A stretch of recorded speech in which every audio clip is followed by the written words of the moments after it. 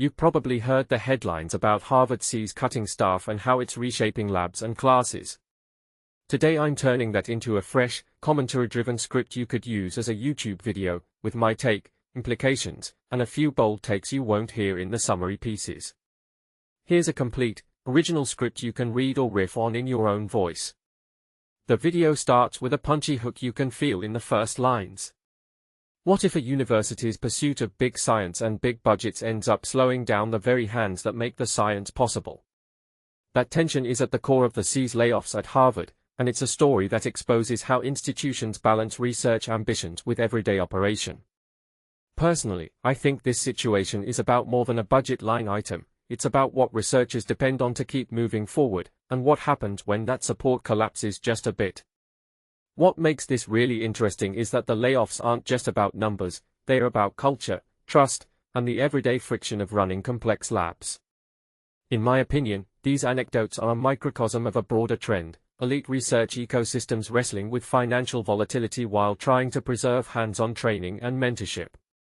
I want you to picture the scene: a PhD student fixes a laser cutter for hours because a lab technician isn't there to service it, a senior project stalls because a staffer who knew the safety procedures isn't on the payroll anymore, and a student club nearly loses access to a makerspace because administration has to reallocate space for coursework.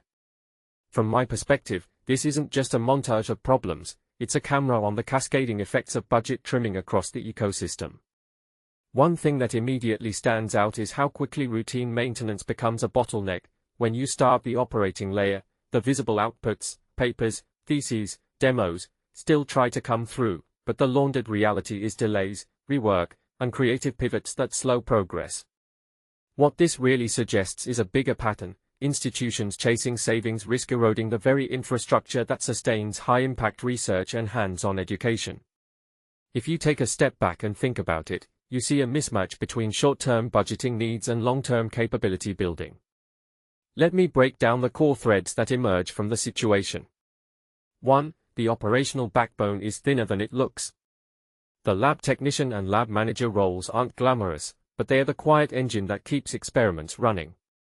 When those roles disappear or get overloaded, students spend time doing work that isn't their core focus, research or design, because there's no one else to keep the equipment calibrated and safe. What this matters for is time to results. The more time students spend troubleshooting, the longer it takes to test hypotheses and complete theses.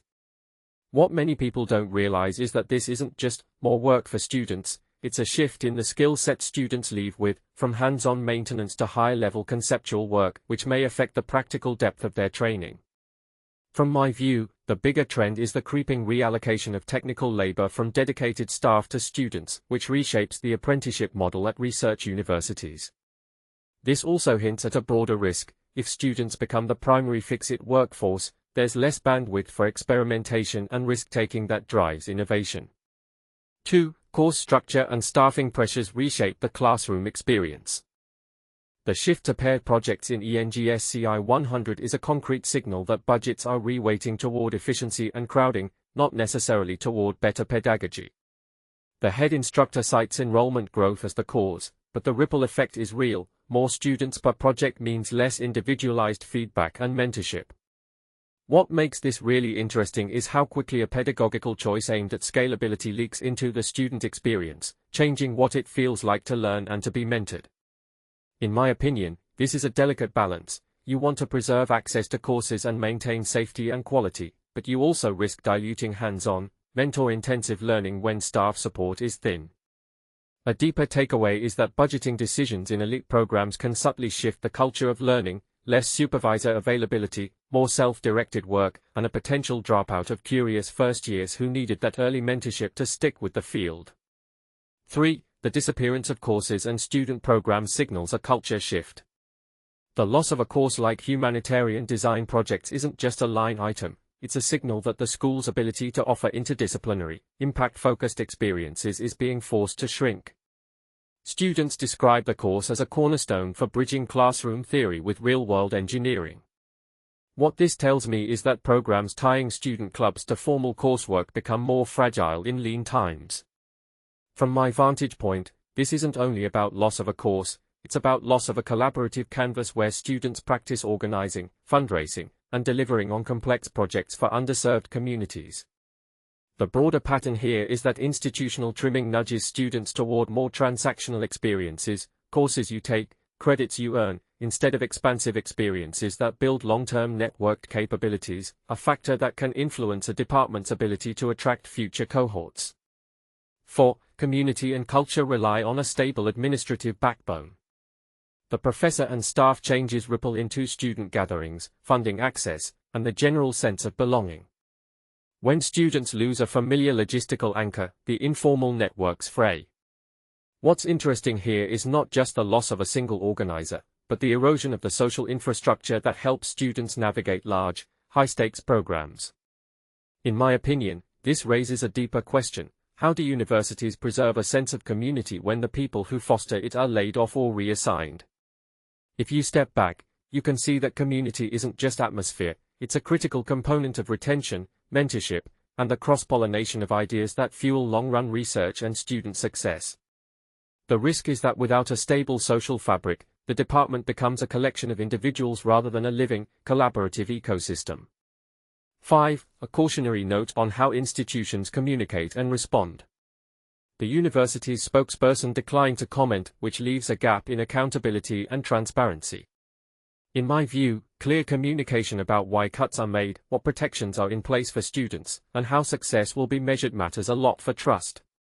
What this really suggests is that the narrative around budget cuts matters as much as the cuts themselves. If students feel blindsided, it can dampen morale and reduce the perceived value of pursuing research-intensive tracks. From a broader perspective, this is a test case for how elite institutions manage complex trade-offs in public-facing communications while preserving the goodwill of their student communities. A detail I find fascinating is how quickly the absence of a comment becomes a story in itself, a signal of accountability gaps that future budgets will need to address more transparently. Deeper insight: what this reveals about the future of research education in times of financial stress. Taken together, these threads point toward a future where universities compress administrative and technical capacity first, even as demand for hands-on training and applied research grows. What this means for students is a risk of slower skill development in critical lab maintenance, a potential narrowing of experiential learning opportunities, and a greater emphasis on self-directed project work. If you look at the broader trend, you can hypothesize that the most sustainable path for institutions will blend smarter automation with targeted staffing rather than broad layoffs, keeping essential support intact while using technology to reduce repetitive administrative load. What this suggests is that the hands-on apprenticeship model remains indispensable, but its resilience will depend on deliberate investment in people and processes that directly support day-to-day lab life and accessible mentorship. Closing thought: a question for viewers. If universities want to preserve cutting-edge research and hands-on training under financial pressure, what combination of policy, technology, and culture change is most likely to work? Personally, I think the answer lies in transparent budgeting that protects core operational roles, paired with targeted automation and reimagined mentorship models. What do you think? Is there a way to decouple essential operational support from administrative overhead so that students can still thrive in big labs during lean years? Let me know in the comments how you'd design a resilience plan for research ecosystems in universities. If you're new here, consider subscribing for more deep dive analyses like this, where we pull apart a story, offer fresh viewpoints, and connect dots across trends in science, education, and tech culture. Thanks for watching, and I'll see you in the next breakdown.